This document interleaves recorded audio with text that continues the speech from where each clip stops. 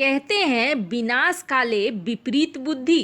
किसी भी देश के राजदूत और राजनयिक अपने देश के एक आधिकारिक प्रतिनिधि होते हैं। उनके हाव भाव, उनके प्रवृत्ति, उनकी बोलचाल और उनकी भाषा को उनके देश से जोड़कर देखा जाता है और चीन के मामले में यह एकदम सटीक बैठता है। जिस प्रकार दुनिया भर में चीन के राजदूत गुंडागर्दी, मारपीट करने और गाली गलौज देने का रास्ता अपना रहे हैं, उससे बिल्कुल साफ हो गया है कि वाकई चीन का ही प्रतिनिधित्व कर रहे हैं। ऐसा ही उन्होंने कुछ अब फाइव आइज देशों के लिए कहा है।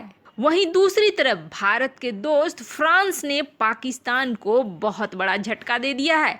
ऐसी समय में जब दो फ्रंट की लड़ाई लड़ने के लिए पाकिस्तान तैयार है, भारत के दोस्त फ्रांस ने भारत की बहुत बड़ी मदद करी है।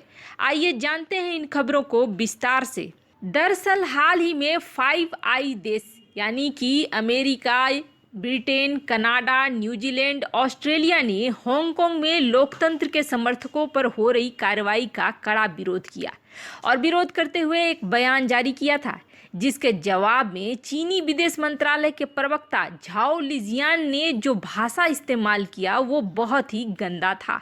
उन्होंने कहा कि हमें फर्क नहीं पड़ता है कि तुम्हारे पास कितनी आंखें हैं, लेकिन ध्यान रहे कि तुम चीन की सुरक्षा और संप्रभुता के लिए कोई चुनौती खड़ा करोगे तो तुम्हें अंधा कर दिया जाएगा, तुम्हारी ये आंखें निकाल ली जाएंगी। आमतौर पर इस तरह की भाषा गली नुक्कड़ के गुंडों के मुंह से सुनने को देखने को मिलती है, लेकिन अफसोस है कि अब चीन का विदेश मंत्रालय इससे ज्यादा कुछ नहीं रह गया है। चीनी विदेश मंत्रालय की तो बात छोड़ दीजिए, पिछले दिनों खुद चीन के विदेश मंत्री ने जिस तरह की भाषा का इस्तेमाल किया, चेक गणराज्य के सीनेट के अध्यक्ष को सीधे सीधे धमकी दे दी। वांग यी ने कहा था कि अगर चेक के नेता ताइवान की यात्रा करेंगे तो उन्हें इसकी बड़ी कीमत चुकानी पड़ेगी। चीनी राजदूत सिर्फ गाली गलौज करने में ही नहीं बल्कि हिंसा करने में भी कोई आनाकानी नहीं करते हैं। हाल ही में फिजी में ताइवान के राष्ट्रीय दिवस के मौके पर किए जा रहे एक कार्यक्रम को लेकर चीनी राजदूत अपना आपा खो बैठे। झल्लाए चीनी राजनयिकों ने ताइवान के राजदूतों पर शारीरिक रूप से हमला बोल डाला, जिसके बाद उन्हें अस्पताल में भर्ती तक कराने की नौबत आ गई। इसके अलावा चीनी पत्रकार ग्लोबल टाइम्स जैसे अखबार तो समय समय पर इस तरह का भाषा का इस्तेमाल करते ही रहते हैं। उदाहरण के लिए हाल ही में चीनी मीडिया ने ऑस्ट्रेलिया के लिए लिखा था, ऑस्ट्रेलिया चीन के जूते पर चिपकी हुई च्युइंगम के जैसी है। बाद में ऑस्ट्रेलियाई सरकार ने चीनी मीडिया की निंदा भी करी थी। अमेरिका में जैसे ही कुर्सी बदली है और अगर ट्रंप कानूनी लड़ाई हार जाते हैं तो बाइडेन अगला राष्ट्रपति बनेंगे ही बनेंगे। हालांकि अभी से चीन पर बाइडेन का इफेक्ट दिखना शुरू हो गया है। चीन की विफल वुल्फ वॉरियर डिप्लोमेसी दोबारा दिखाई दे रही है। चीन अब ऐसे बिगड़ेल बच्चे की तरह बर्ताव कर रहा है जो वाद विवाद के लायक तो बचा ही नहीं है।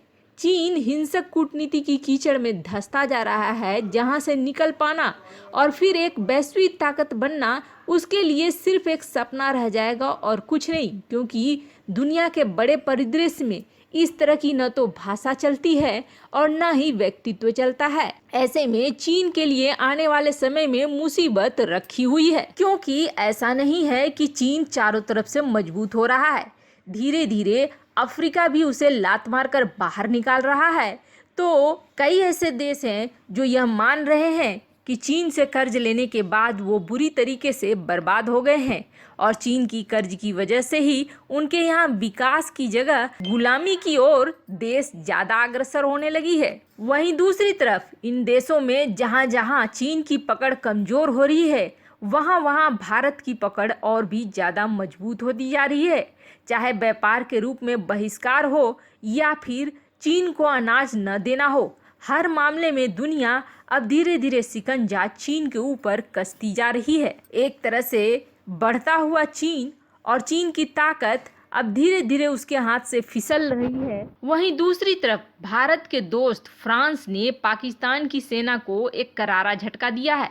फ्रांस ने पाकिस्तान के Mirage fighter jet, air defence system और अगोस्ता 19B क्लास की सबमरीन को लेकर एक बड़ा झटका दिया है।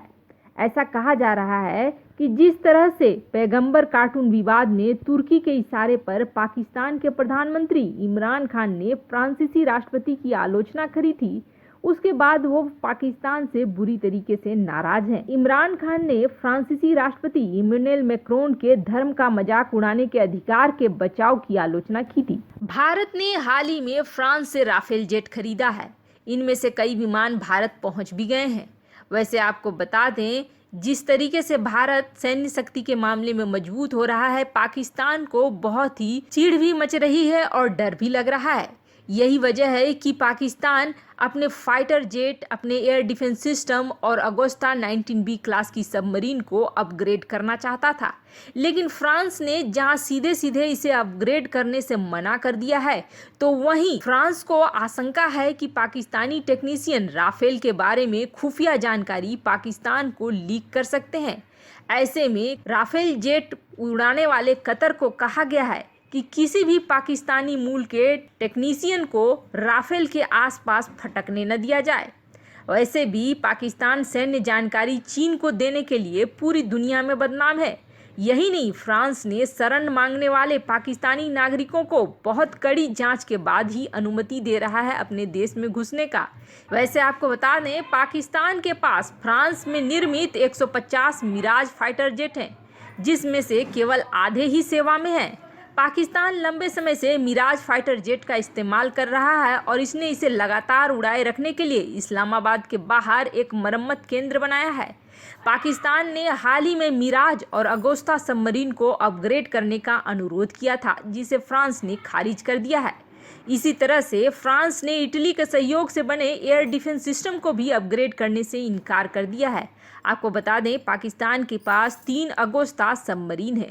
एक तरफ तो फ्रांस ने यह पाकिस्तान को गुस्से में लिया फैसला भी है और दूसरा भारत के सहयोग की वजह से भी है। फ्रांस नहीं चाहता है कि पाकिस्तान और चीन 2 फ्रंट खोलने में सफल हो जाएं भारत के खिलाफ। ऐसे में फ्रांस भारत से अपनी दोस्ती निभाते हुए पाकिस्तान के किसी भी हथियार को अपग्रेड नहीं करना चाहता है। वैसे आपको क्या लगता है, क्या पाकिस्तान भारत से फिर लड़ने की कोशिश करेगा? कमेंट कर अपनी राय जरूर बताएं। जल्द मिलते हैं अगले वीडियो में नई खबर के साथ।